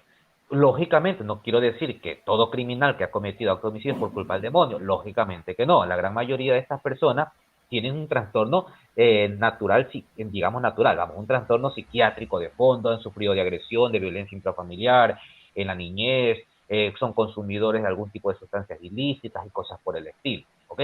Y para eso hay que discernirlo, no solo con el campo espiritual, sino también con el campo científico, médico, psiquiátrico, psicológico, terapéutico, familiar, etcétera, etcétera, ¿no? Pero Ok, hermano. de esa forma puede intuir, puede, perdón, tratar de persuadir, pero luego quitar la vida, imposible. Bueno, te lo voy a plantear desde otro punto de vista. ¿Un hechizo de muerte podría llegar a tener efecto? ¿Hechizos de muerte que se hacen sobre una persona? Bueno, esta pregunta es bien difícil porque técnicamente el demonio no puede hacer eso, no puede matar a una persona. El único que es dueño de la vida es Dios y de la muerte Dios, ¿ok? Pero he visto casos de gente que ha sufrido maleficios, especialmente con la magia negra, o también llamada necromancia, donde la víctima, como se dice en el entorno, en este entorno, este me dice, se secó la persona, la secaron Sí, hasta sí, lo que sí, estaba, sí. ¿ok? Y murió, ¿ok? Entonces aquí es algo debatido porque el demonio está atrás, atrás, atrás para producir daños, enfermedad en la persona, pero que quizá esa persona no fue bien tratada desde el campo espiritual y desde el campo de la medicina. Y eso conllevó a la muerte, pero como evento secundario. Fue trágico, Ok, pero como evento secundario. Pero técnicamente que el demonio lo haga como tal, no, el demonio va a abrir todos los caminos para que esa persona fallezca. Va a abrir todos los caminos. Por ejemplo, a una persona que está poseída o influenciada por el demonio y que, por ejemplo, sufre de alguna enfermedad crónica, le puede decir, no tomes medicina, le hace meter en la cabeza de que las medicinas son malas aquí y acá, y deja de tomarlas, y resulta que, ¡pum!, sufre un problema un evento cerebrovascular, qué sé yo, alguna enfermedad que lo lleva a la muerte. Ok, puede intuirlo a que abandone la medicina, por poner un ejemplo de los que hay, ¿ok? ok, Pero que el demonio pueda directamente matar, no. perfecto, excelente, queda claro para todos los oyentes. Eh, ¿Cuándo le podemos atribuir una situación a Satanás? ¿Cuándo podríamos decir esto es demoníaco, esto no? Porque a veces nos escriben las personas, me quedé sin trabajo, mi esposa me dejó, de pronto me están haciendo un maleficio, esto es del diablo, me enfermé, mamá se enfermó, esto es del diablo. ¿Cuándo podríamos decir una enfermedad, una prueba económica, una prueba familiar es del diablo? Bueno, es muy Es complejo. una Y esta pregunta es difícil, es una pregunta sí, compleja, claro, desde ya lo pongo es sobre la compleja. mesa. Es compleja porque la gran mayoría de las personas sufren de esto. Y la gran mayoría de la gente que me escribe es por esto. Porque me dicen, mira, me está pasando esto en mi casa, aquí, acá, acá, acá, todo lo que tú has dicho es la realidad. Y me dicen, es el demonio, ¿verdad? Bueno, yo siempre les digo una cosa, al menos yo actúo de esta manera. Para mí, discernir un caso demoníaco es como discernir un caso clínico. Igualito, no hay diferencia. O sea, a mí me dice, Víctor, mira, perdí el trabajo, todo me sale mal, tengo un demonio metido adentro. Bueno, yo te digo, nada, todavía nada. Vamos a dialogar. Hay que hacer toda una historia clínica. ¿Cómo te llamas? ¿Cuántos años tienes? ¿Qué haces durante el día? ¿Consumes algún tipo de drogas? En fin, es que créeme que cuando a mí me piden hablar con una persona, yo me siento y no puedo tardar horas porque es que hay que hablar de todo, de la persona y de su entorno familiar, para poder llegar a una deducción posible. Entonces, no es fácil, dar un... Y además es un acto de irresponsabilidad decir inmediatamente, sí, eso es el demonio. No, no, no, no, no, no. Total. Ahí puede haber un trasfondo social, un trasfondo económico, pero hay causas a veces. O sea, a ver, no te sale trabajo, pero ¿estás metiendo carpeta para buscar trabajo? No. ¿Qué haces todo el día? No, ay, me levanto tarde, ay, por ahí saco a pasear al perro, pero ¿qué estás haciendo para buscar Sí, el sí. trabajo? Y sin embargo, crees que el demonio no te permite conseguir trabajo. O estás siempre enfermo. ¿Estás tomando algún tipo de medicina? No, no tengo plata. Ok. Estás Entonces, haciendo ejercicio, estás alimentándote te estás bien. alimentando bien, correcto. Entonces, es difícil y hay que saberlo discernir.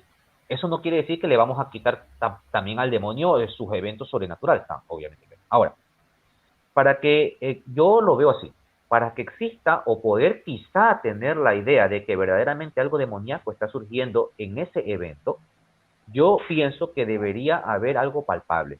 Yo siempre les pregunto, a ver, tú me dices que estás siendo influenciada por el demonio, porque tienes pesadillas, porque no puedes dormir, porque, perdón, has perdido el trabajo, cosas por el estilo, ¿ok? Te pregunto, ¿en tu casa suceden cosas raras? ¿Has visto algo? No, nada. Bueno, ¿has practicado algo malo? No sé, has ido a un santero, un brujo. No, nada. ¿Conoces a alguien que sea capaz de hacerte algún mal por envidia, por lo que sea? No, que yo sepa, no tengo enemigos. Ok, si no tienes nada de eso, entonces la causa puede ser otra. Pero si luego te dicen, no, sí, mira, yo vi esto, me pasó esto a mí ayer. Ok, ¿lo vio otra persona? Sí, también lo vio mi mamá. Señora, venga para acá. ¿Es cierto lo que dice? Sí, reláteme en ambos los elementos y coinciden los dos, no hay contradicción. Entonces estamos viendo que aquí hay coherencia en los criterios. Entonces tú dices, aquí hay algo sobrenatural en la casa.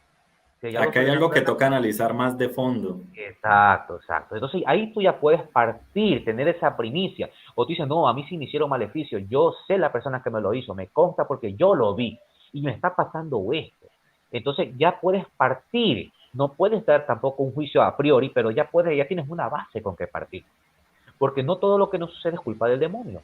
Ni siquiera las tentaciones que nos vienen día al día, todas son del demonio. Dice la epístola de Santiago que la mayoría de las tentaciones forman parte de nuestra propia concupiscencia, de nuestra propia tendencia a hacer el mal. Entonces, determinar qué viene del demonio y qué no viene es verdaderamente complejo, es una línea muy delgada para poder diferenciarlos. ¿Ok? Pero para eso hay criterios.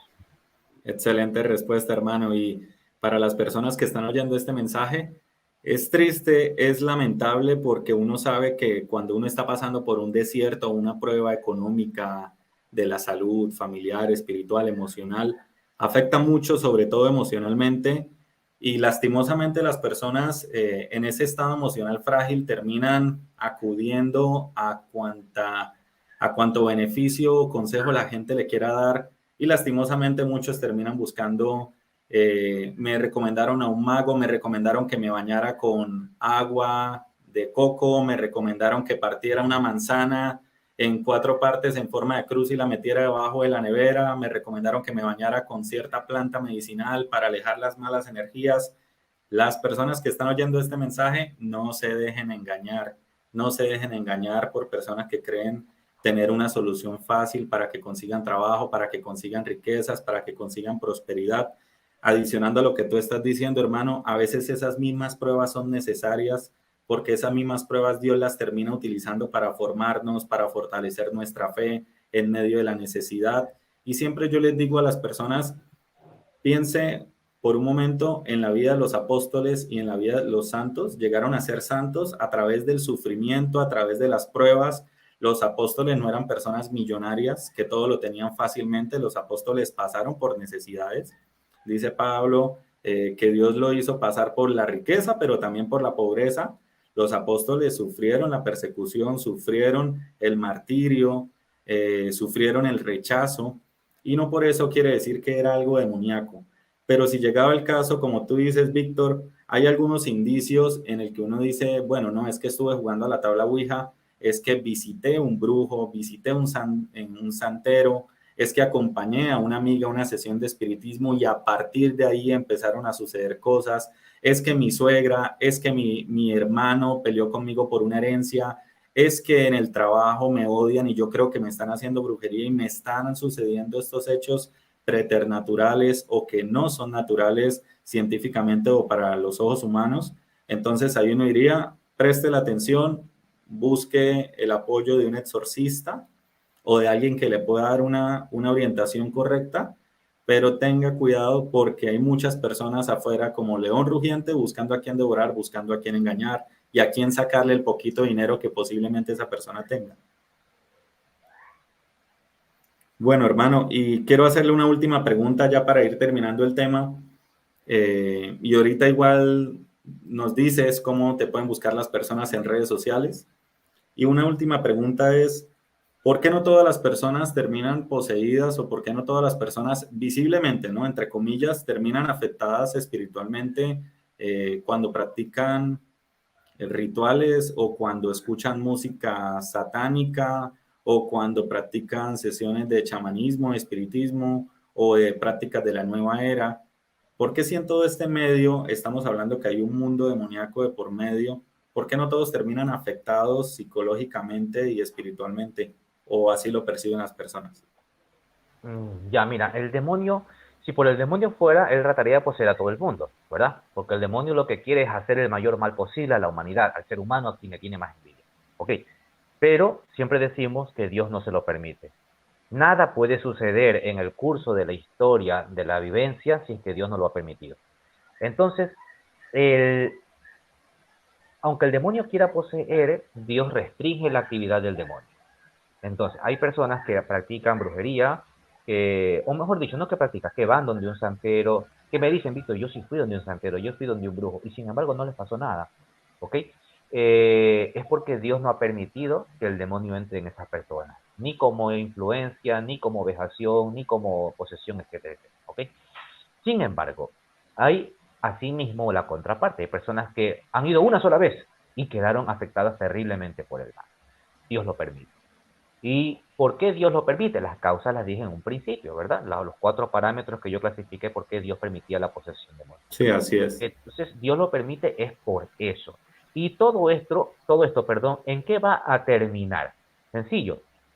Eh, Suena sencillo, aunque técnicamente no lo es, pero el objetivo es que esa persona y todo su entorno que lo rodea lleguen a la conversión. El Señor solo quiere la conversión. Dios solo quiere la salvación de la persona. Dios no quiere el sufrimiento. Pero si a veces para poder alcanzar esa salvación toca sufrir un poco, que por cierto es porque te lo buscaste, entonces tendrás que hacerlo. ¿Ok? Entonces el Señor permite la posesión para que al final exista una conversión, tanto del poseso como de toda la gente que le rodea. Es por eso que vemos que Dios, a veces hay personas que quedan poseídas y otras que no lo quedan. ¿Ok? Ahora, hay niños inocentes que no han cometido ninguna culpa y terminan siendo poseídos. Así nos lo dice la experiencia. ¿Por qué sucede esto? Precisamente por lo mismo. Porque Dios quiere que por medio de ese niño que está en ese momento sufriendo, se santifique todo ese entorno familiar. De eso he podido yo ver casos donde una criatura inocente ha quedado afectada por el demonio y sin embargo quien ha cometido los peores o aberrantes actividades maléficas, demoníacas, es otra persona, pero del entorno familiar. Y eso lleva a la conversión. ¿Ok? Entonces, estas cosas son un poco misteriosas. Cuando hablamos de misterio, en el término teológico no incurre algo tenebroso ni maléfico, sino al contrario. Misterio es algo que no se logra entender en la plenitud del razonamiento y que eso queda sometido a la voluntad divina mediante la fe. Entonces, en ese sentido, a veces no logramos entender esos misterios inescrutables de Dios, pero lo único que podemos entender es que el Señor siempre quiere nuestro bien, siempre.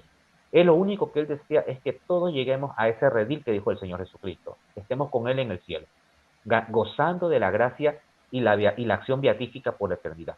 Y si para eso es necesario tener un momento de dolor, lo va a permitir. Dice la epístola de Santiago, no lo digo yo, que Dios permite todas estas cosas, este sufrimiento, Dios permite estas pruebas, Dios no prueba, permite las pruebas a las personas. A veces la gente dice, Dios, ¿por qué me puso tantas pruebas? Dios no pone prueba a nadie, ni tienta a nadie, dice el texto, pero lo permite para purificarnos, para purificarnos. Entonces, cuando ustedes visten la vida de los santos, la vida de los santos nunca las llevaron de a fácil. Usted no ve a un santo que pasó todo el día postrado en una cama con un rosario. No, no, no, no. La vida del santo ha sido el sufrimiento.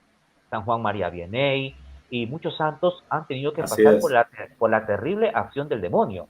a Juan María, al sacerdote Vianney, le quemaron la cama, le incendiaron. Bueno, todos conocemos las terribles Mm. cosas que le hacía el demonio. Ok, al padre Pío de Pietrelcina, etcétera, etcétera. Entonces, ellos han sido purificados mediante el dolor, mediante el sacrificio, mediante la penitencia, mediante las vejaciones diabólicas. Y como ellos lograron vencer a todo eso libre y voluntariamente, y como fue tan grande ese amor hacia Dios que hizo que vencieran eso, asimismo la recompensa es mucho más grande para ellos. Entonces, por eso Dios lo permite. Excelente. Excelente forma para ir terminando el tema, hermano Víctor. Esas pruebas Dios las permite para santificarnos, para purificarnos y para llevar su obra, que a la larga es que Dios desea que todos los hombres lleguen a ser salvos. Exacto. Con eso podríamos ir terminando este encuentro. Las personas que nos están oyendo, dejen todas las preguntas, todas las inquietudes en el chat. Tenemos la enorme bendición que el hermano Víctor nos va a estar acompañando en un segundo encuentro, incluso en un posible tercer encuentro. Y ya aquí me estoy adelantando, Víctor, que posiblemente a petición del público nos acompañes en un segundo, en un tercer encuentro, incluso en muchos más, para poder profundizar en estos temas que son tan importantes. Entonces, las preguntas que tengan, déjelas en el chat. Yo las hago llegar a Víctor y en este mismo formato en el que estamos manejando, posiblemente, si Dios lo permite, podremos entrevistar también nuevamente a otros sacerdotes exorcistas. La semana anterior estuvimos con el padre Javier Luzón. Esperemos a ver Dios qué permite para la comunidad de Sacro Exorcismo. Hermano Víctor, ya para ir terminando, ¿cómo te pueden encontrar las personas en redes sociales? Si tienes otro canal de YouTube también, si tienes Facebook, Instagram, ¿cómo te pueden encontrar? Bueno, tengo Facebook con mi nombre, Víctor Gamboa Delgado, de Monólogo Católico. Tengo un canal de YouTube, pero no le doy mucho contenido, no porque no quiera, sino porque es que verdaderamente a veces el tiempo es bien complicado. Pero ya me estoy proponiendo en armar un canal, o es mejor dicho, mi canal progresarlo un poco más, ¿ok? Con pequeñas cápsulas, porque no dispongo a veces del tiempo como para hacer un tema muy largo como lo hacemos aquí, y es por eso que me encantan esta disponibilidad que me das, porque aquí me puedes playar de una manera mucho más larga, a diferencia de una pequeña cápsula. Y lo voy a hacer. Quiero anunciar también que, bueno, Dios mediante este año sacaré un libro, que ya lo terminé, sobre demonología mismo. Eh, tengo otro Excelente. que, y tengo otro que ya lo empecé, ese es un poco más complejo. El primero trata más bien preguntas y respuestas, cuestiones de la gente de estos temas. El segundo sí ya es un tratado, digamos que un poco más académico, por así decirlo. Ahí donde trato la caída de Satanás, de una cultura griega, hebrea y todas estas cosas que hablamos someramente en un principio, ¿no? Entonces, bueno, me pueden encontrar con mi nombre, Víctor Gamboa Delgado, en Facebook y en YouTube. En Facebook y en YouTube. No tengo Instagram, no tengo otras redes. Solamente esas dos me pueden encontrar. Excelente, hermano. También estamos en un grupo de WhatsApp, tú haces parte Ah, de sí. ese grupo de WhatsApp sobre exorcismo, liberación, combate espiritual. En la descripción de este video va a quedar el enlace para el grupo de WhatsApp si alguien quiere pertenecer, por supuesto, completamente gratuito. Recibe una orientación espiritual, recibe contenido espiritual católico que lo va a ayudar a edificar. En el grupo también hay sacerdotes, hay monjas y hay profesionales, así como el hermano Víctor. Y hago aquí un paréntesis, Víctor también es profesional de salud, si no me equivoco, también es profesional de salud. Por eso está haciendo un sobreesfuerzo para hoy acompañarnos en esta entrevista, en este conversatorio, y se lo agradezco enormemente, hermano. Entonces, tus redes sociales también las voy a anexar en la descripción para las personas que te quieran contactar, que te quieran seguir. Subo información muy valiosa en redes sociales. Y bueno, hermano, te despides de la comunidad. ¿Le quieres decir algo a la comunidad para cerrar? Sí, bueno, y les agradezco primero por haberme escuchado, haberme tenido esa paciencia. Gracias por estar conectado. Que todo esto que hemos hablado sea para edificar, que sea para exaltar primero el nombre de Dios, exaltar a Dios y a su iglesia, ¿ok? Aquí no es que hablamos para exaltar al demonio, en absoluto. Lo aborrecemos. Soy el primero en aborrecerlo. Por eso estudio esto, porque mi objetivo es salvar almas mediante la evangelización, desenmascarando al demonio. Entonces, a quien exaltamos es a Cristo y a su Iglesia Católica. Eso tiene que quedar totalmente claro. Entonces, les agradezco, te agradezco mucho, mi querido Marlon, por la apertura que me brindas. Si Dios lo permite, estaremos grabando nuevas entrevistas a ti mismo, serán las que Dios desee. eh, y yo encantado, me siento muy honrado de estar en tu canal, así que para mí es un placer. Muchísimas gracias. Excelente, hermano. Y bueno, muchas gracias por tu tiempo, gracias a la comunidad y nos despedimos entonces. Hasta un próximo encuentro.